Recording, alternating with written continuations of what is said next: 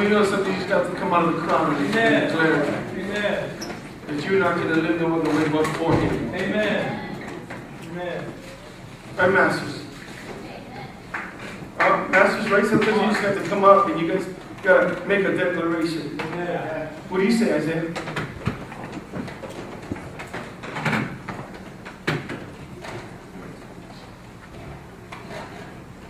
Tired of all these self-proclaimed rebels declaring these self-righteous revolutions.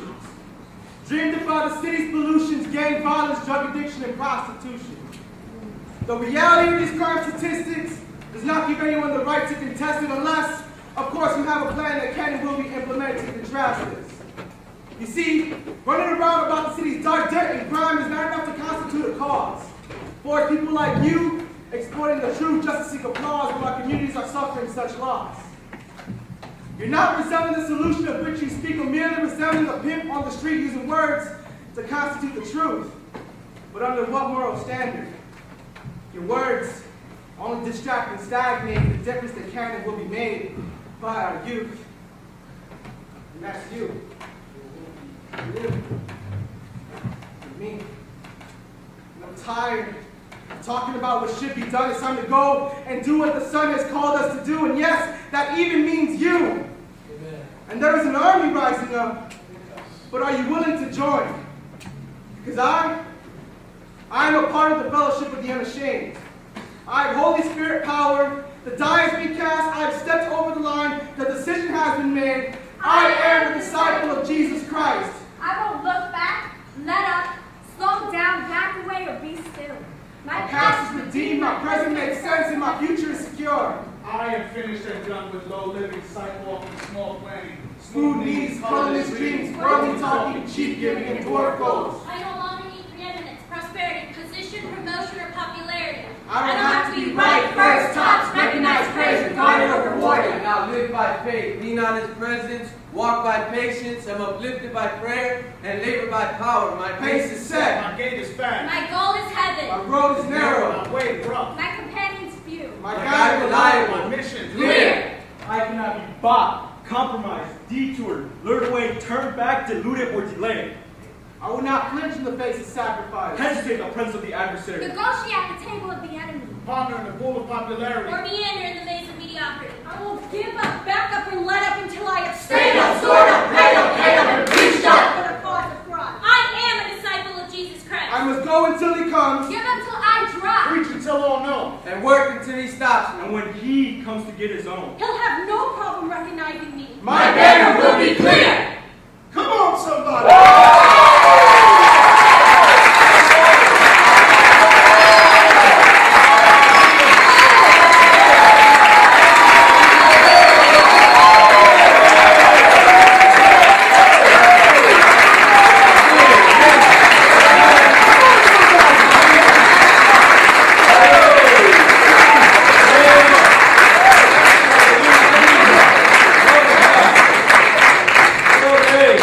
Banner will be clear.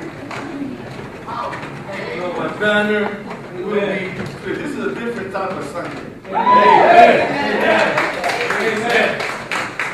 glory to God. This is a different Sunday. Glory to God. God has something that He wants to do. Amen. His presence. His presence. We said that to be in His presence, we see God from a whole different perspective. We said last week that in His presence there's a response. Yes, amen. There's a response when it comes to knowing His presence. See, one thing is to know about His omnipresence, and the one thing is to know that He is actually right here at this very moment in time. Many people have got back their awe. Many people have started to dance again. Amen. God is awakening an army. God is awakening a people. A people that understand, people that get it. Amen. There's people that get it. There's people that don't get it, and there's people that get it. See, there's a difference when you understand His presence. There's a difference between being a person that's a question mark and being a person that's an exclamation point.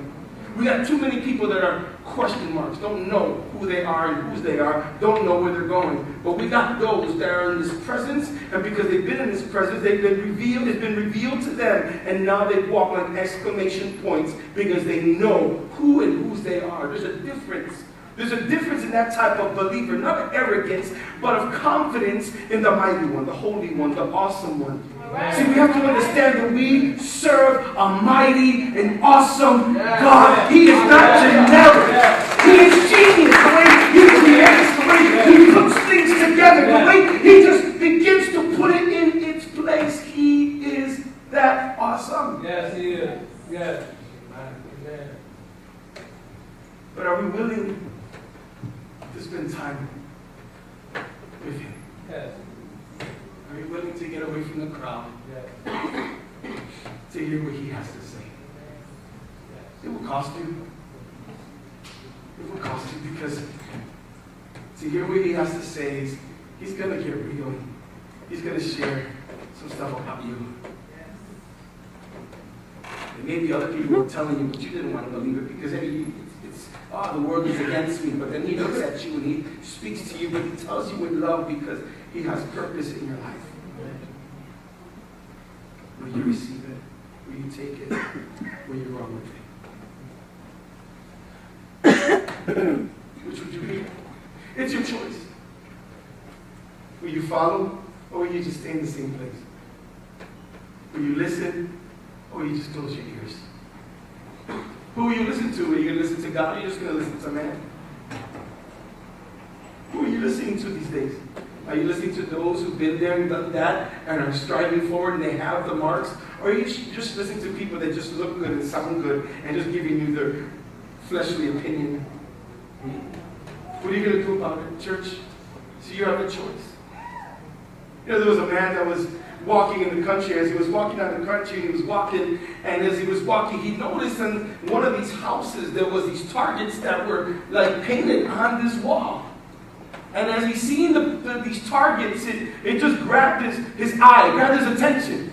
And so he walked up to the targets and he noticed that each one of these targets, somebody had shot with a gun, and it was a bullseye in each one of these targets. It was amazing to him because it was right that in the middle, and he was astonished. It caught him so much that he just went and started knocking at the door. And he knocked at the door. He wanted to talk to the owner. Told the owner, the owner came out. He says, "Hey, can I help you?" He says, "Sir, are those targets yours?" He said, "Yes." "Wow, you're a sharpshooter. Man, how are you? Man, you're good." The man looks at him and says, "No, that was pretty easy." "Easy? How'd you do it?" The guy said, "Well, I first shot at the wall. Then I grabbed some paint and I painted around each one." When it comes to our faith, are we on target? Or are we just good painters?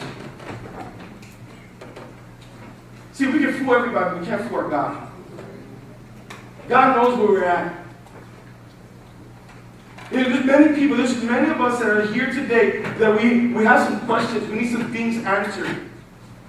We need to find out about God.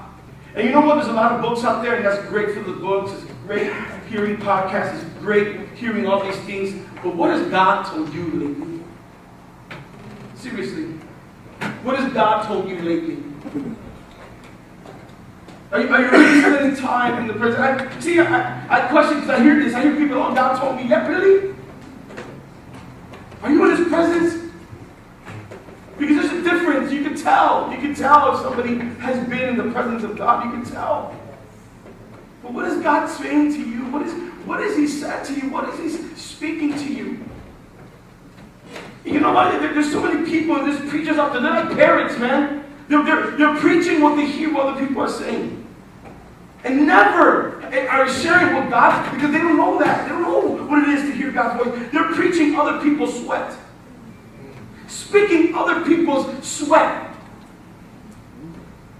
We have people doing that. I want to know what God is saying to me. Amen. Don't you want to hear what God is saying to me? It's not fair for you to come here and me to be repeating what I read or heard from somebody else. I need to share what God has told me at the mountain. Amen. What He wants to say to the church. Amen.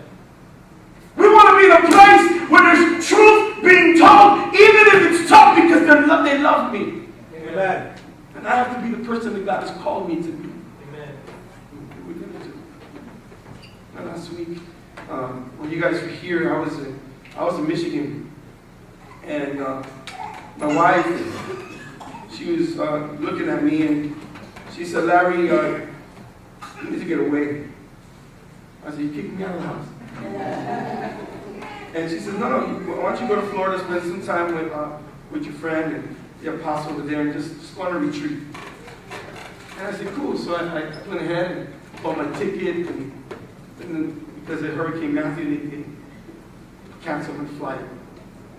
I didn't know what I was going to do, so I was talking to my buddy, Pastor Choco, and Pastor Choco said, "Hey, Larry, if you want, you can go to the Michigan house and get away." And so I got away.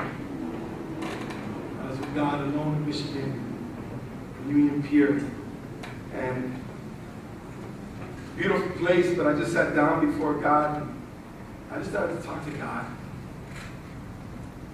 And you know what? It's been a while.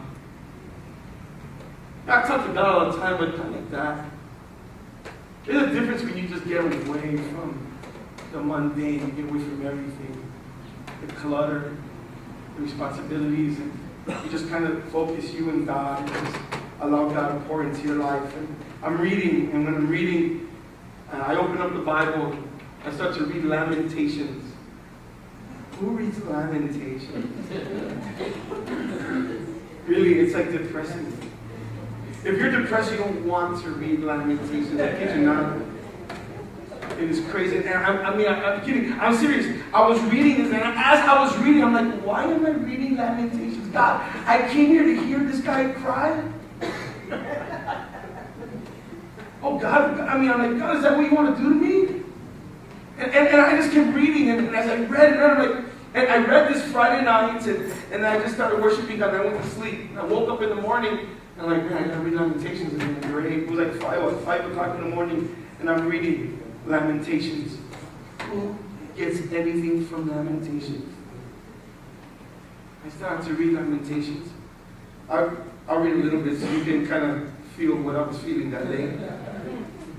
He pierced my heart with arrows from his quiver. I became the laughing stock of all my people. They mock me in song all day long. He has filled me with the bitter herbs and given me gall to drink. He has broken my teeth with gravel. He has trampled me in the dust. I have been deprived of peace. I have forgotten what prosperity is. This is the children of Israel crying out to God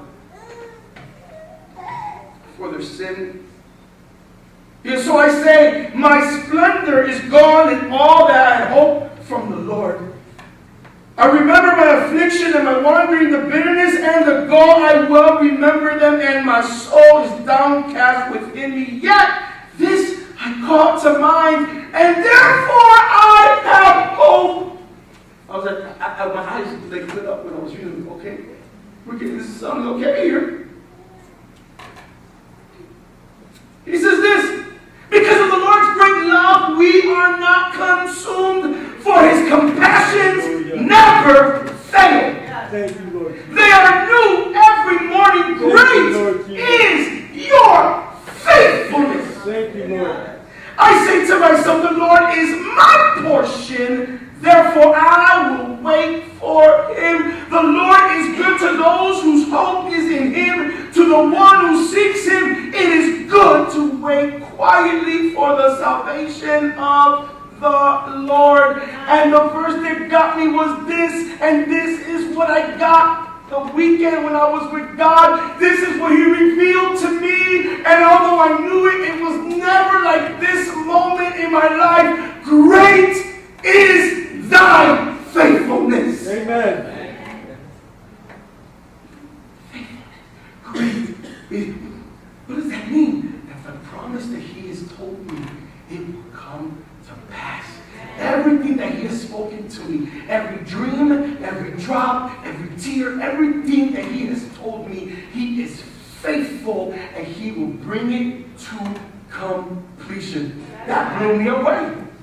That blew me away. I started dancing in the middle. I started dancing in the middle of the house. I was by myself. I said, "Great is thy faithfulness." I started dancing. I'm serious. I was just shouting. Great. I was like, "This is awesome." He says this. He says, "The Lord is my portion." My portion. There's a portion of the Lord that's mine. Ain't yours, is mine. My inheritance in the Lord. You are in his presence. He speaks to you. Sometimes he sounds like your wife. Sometimes he sounds like you. Sometimes it's just a whisper. But he talks to you because he's faithful. Because he wants to reveal who he is. You know, we were talking about the presence, and Moses is talking to God, and he said, "God, I'm not going to go nowhere unless you're there with me now." He says, "God, show me your glory. Show me your glory." Yeah, Exodus 33. He says, show me your glory. And I'm thinking about this, and as we're reading verse 17, it says, "And the Lord said to Moses," it says, "what will distinguish me and your people from all the other people on the face of the earth?" Verse 17, "And the Lord said to Moses, I will do the very thing you have asked, because I am pleased with you, and I know you by name." Then Moses says, "Now show me your glory." And the Lord said, "I will cause all my goodness to pass in front of you, and I will proclaim my name, the Lord, in your presence.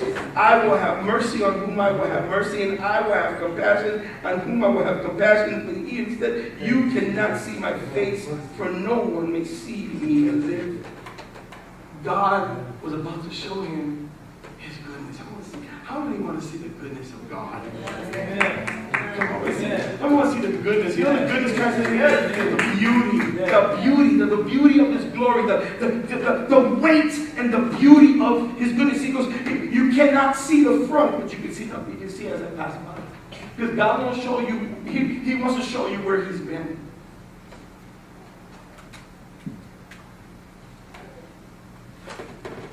Moses gets away with God, and now this is about to happen. Chapter 34, he's up on the mountain. God is about to pass by, but he has to get on the rock, because you have to be on Jesus if you want to see and have the revelation of who God is in your life. See something. There's a scripture here in Habakkuk, chapter 2, verse 14. It says, look at, "The earth shall be filled with the knowledge." Look at this. "But the time is coming when the earth shall be filled with the knowledge of the glory of the Lord as waters cover the sea." There's a time that is coming. The prophet is speaking of a time, of a generation that is going to see the glory of God, that not just the glory, but acknowledge and understand what the glory is about.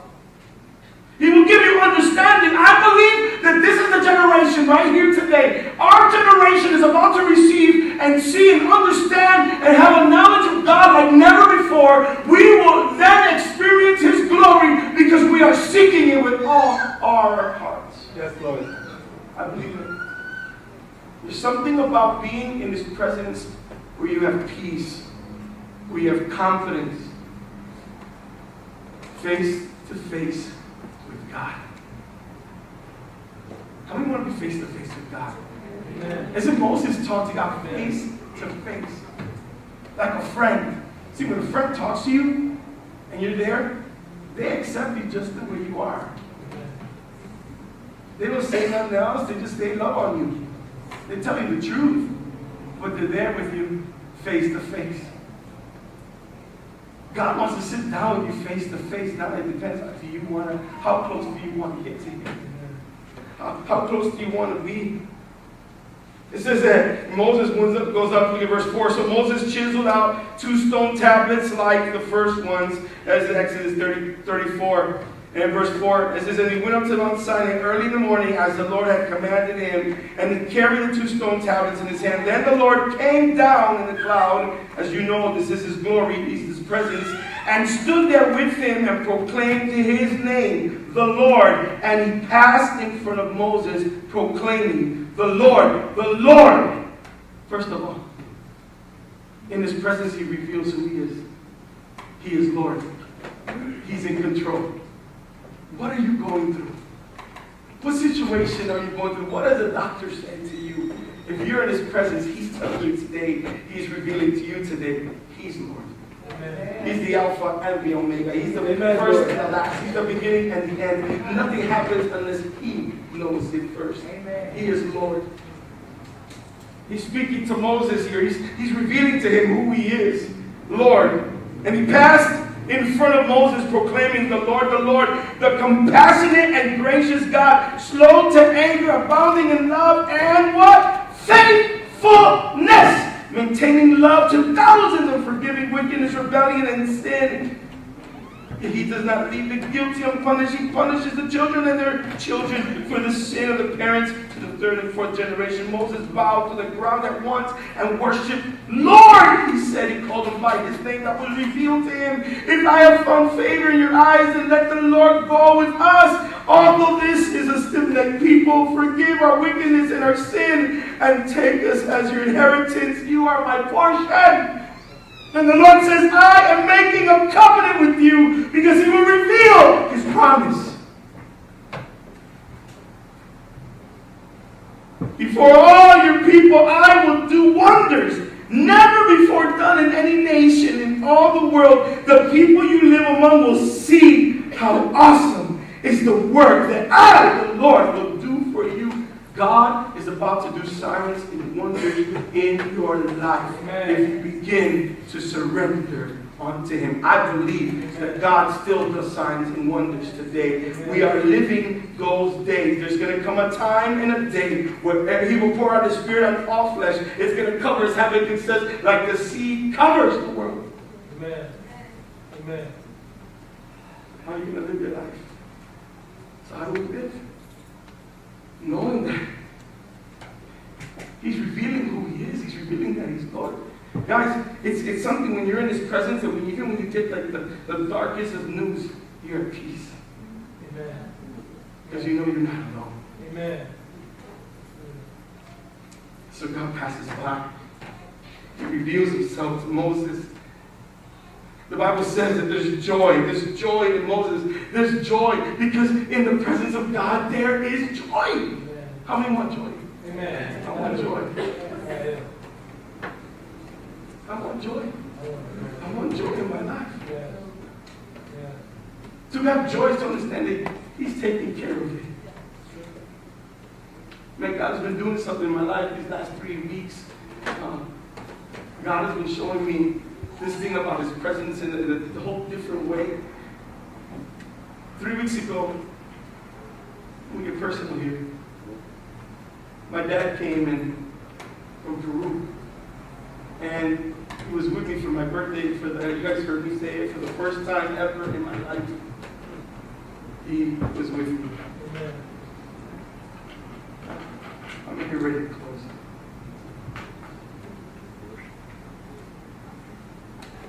And my dad came from Peru. Now, those of you who know me, that I didn't like my dad, I didn't want to know nothing about my dad, and I went to Peru. And when I went to Peru last year, I went over there with a mission to tell him that I forgave him. Forgave him for leaving my mom and for leaving me. I didn't know what it was to have a dad, and my dad was left me and my mom before I was even born. He left. Now, there was rumors that my dad had beaten my mom and hurt my mom. And so I didn't know what my mom was telling me because she didn't want me to, have a relationship with my father. So there was times, that I would think that maybe that wasn't true. And so I would ask around, I asked family members, and we would give me answers. And so I didn't know. And when I was in Florida, when I went to Peru last year, and I talked to him, and I asked him, he said, no, he denied it all. He said, no, I didn't do nothing, I didn't touch your mom. So last year I prayed over him, and I told him I forgave him and everything. I said, hey, regardless of everything, you didn't know any better, and I forgive you. And I meant it. And when he came, and I picked him up, and Hammond and Deanna picked him up to take him out to eat and just to spend the time together for my birthday. We were there, and he says to me, he says, son, I haven't been able to sleep. I'm like, really? He goes, yeah, since you left, I've been wanting to get this out of my chest. And I want to let you know that I lied to you. You lied to me. And he says, yeah, son, I did hit your mom. And it was pretty bad. It was really bad what I did. And, I won't go into details, son, but it was horrible. And I was drunk. And I said, Dad, I forgave you already, man. You're good, we're good. He says, no, son. I need to get this right, man. I need to get my life right. I want to talk to your mom. Mom? Oh, boy. She's Latina. She's Boricua. She's Puerto Rican. I mean, he's Peruvian. She's Boricua. I'm married to a Boricua. So I called my mom. I told my mom.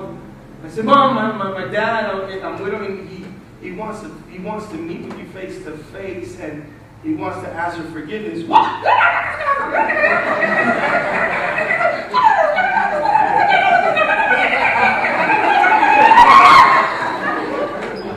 Mom, like I said, Daddy wants to see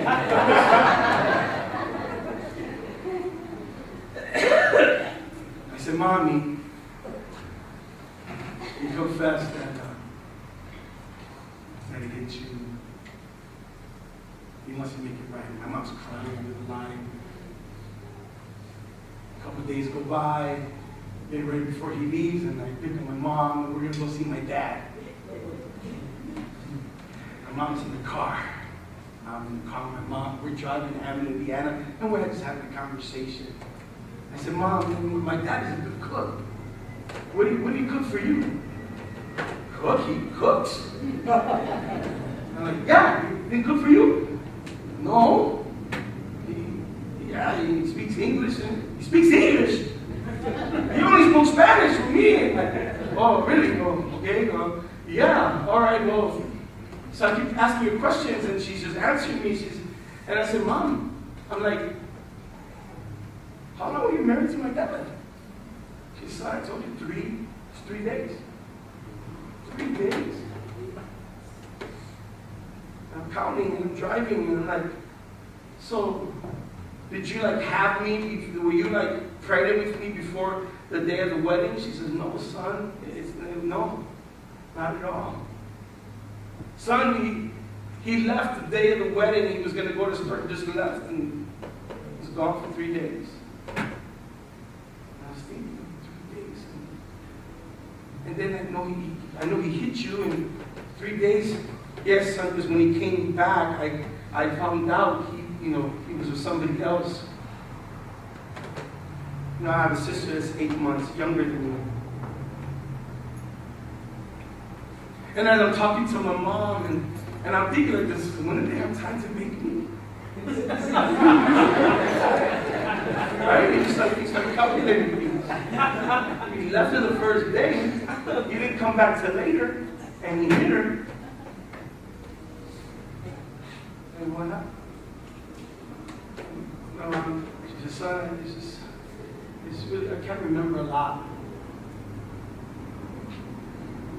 I said, Mom, just tell me, so, hello, she said, son, the day he beat me,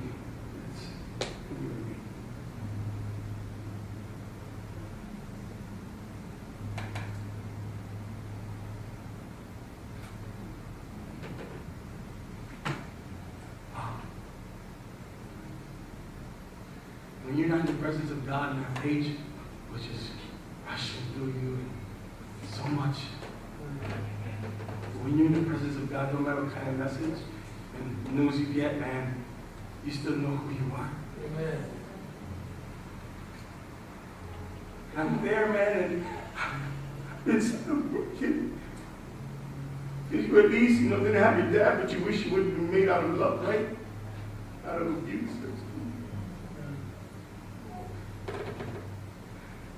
And there's so much going inside me. I'm like, no. Because I heard this one word. As she said that right away, I heard like as God whispered, purpose. Amen. Purpose. You see, it didn't matter what the enemy had planned those 3 days. God was already ahead of the game. And when the enemy was trying to destroy a woman, it was about to hit him back in the face.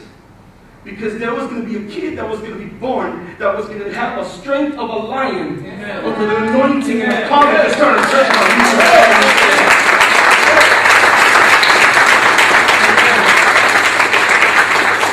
And as I'm there, I'm driving, I feel purpose in me because God, in the presence of God, even in the midst of trials, even in the midst of loudness, He can still whisper in the midst of all the yelling. Yes. Amen. Amen. I'm there driving, and I'm just driving because I'm like, this is going to happen. My mom is going to get her healing. We go and I pick up my dad. And now my dad and my mom, they're in my car. Together for the first time. Ain't this cool? I'm not even in the car seat. And I'm driving with them, and we're looking for a place to eat. I couldn't find a place to eat. In Hammond, Indiana, there's nothing there. But I found one place, and God is hilarious. I found a McDonald's. I went to McDonald's for the first time in 44 years with my mom and dad together.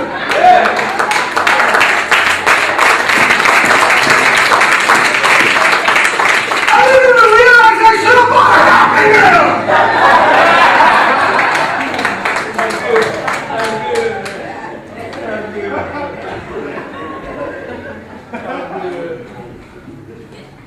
My dad's at the table and I sat at another table. It was just hilarious. And then I'm over here. I left them alone. I see my dad grabbing my mom's hand. The same hand that hit her, that hurt her.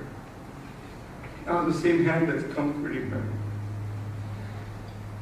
And about to release her. Amen. Because I know my mom has had pain for years.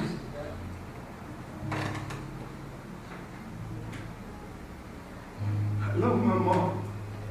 There's sometimes I don't understand her. Oh. Right, heavy? When I found out, she's a true champion. Amen. And my dad tell her, I'm so proud of you. Look at the boy that you had. And he says, can you forgive me for hitting you? Can you forgive me for everything I did? I'm over here like... My mom is there, she's receiving this, and she says, yes. And then they're laughing and they're talking. And I took a picture with my mom and dad for the first time ever in my life in McDonald's!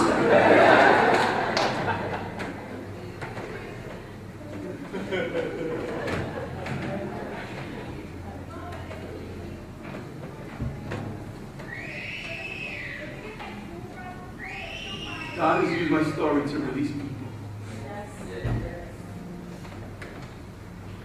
I heard somebody tell me today, I want to be like you, Larry, but no, you don't. You don't want to go through the stuff I went through. You don't want to be like me.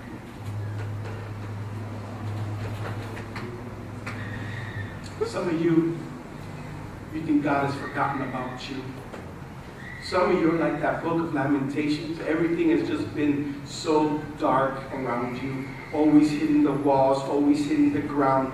But something happens when you're in the presence of God. He reveals who He is. To Moses, He revealed Himself and He called Himself Lord, Yahweh. To me in Michigan, He told me, great is thy faithfulness. He's faithful. That's the word for you today. I could have tried to make it all cute. I went to sleep at 4 in the morning and wrote all that. I can't share that. I got to share my heart.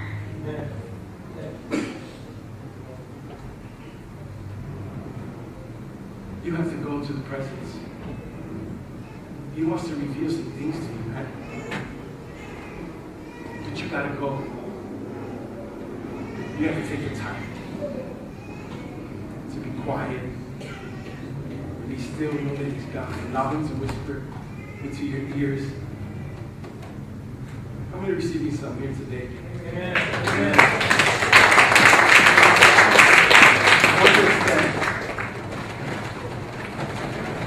The song that we sing says, Christ be revealed. We'll go that route.